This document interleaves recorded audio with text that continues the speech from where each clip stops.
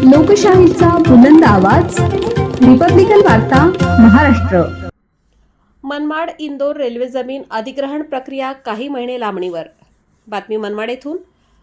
Manmad Indore railway जमीन अधिग्रहण प्रक्रिया ही स्थानिक नागरिकांच्या विरोधामुळे रखडली असून रेल्वे विभागाकडून जमीन अधिग्रहण संदर्भात काय निर्णय घेतात त्यानंतरच या प्रक्रियेला सुरुवात होण्याची शक्यता वर्तवली जात आहे.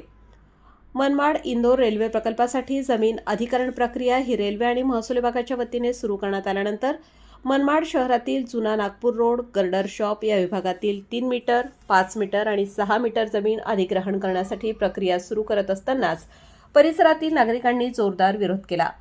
याचे महत्त्वाचे कारण संबंधित जमीन अधिग्रहण केल्यानंतर या परिसरातील नागरिकांना येण्या-जाण्यासाठी रस्ता, त्यातच कुठल्याही प्रकारच्या सुविधा या भविष्यात उपलब्ध होणार नाही.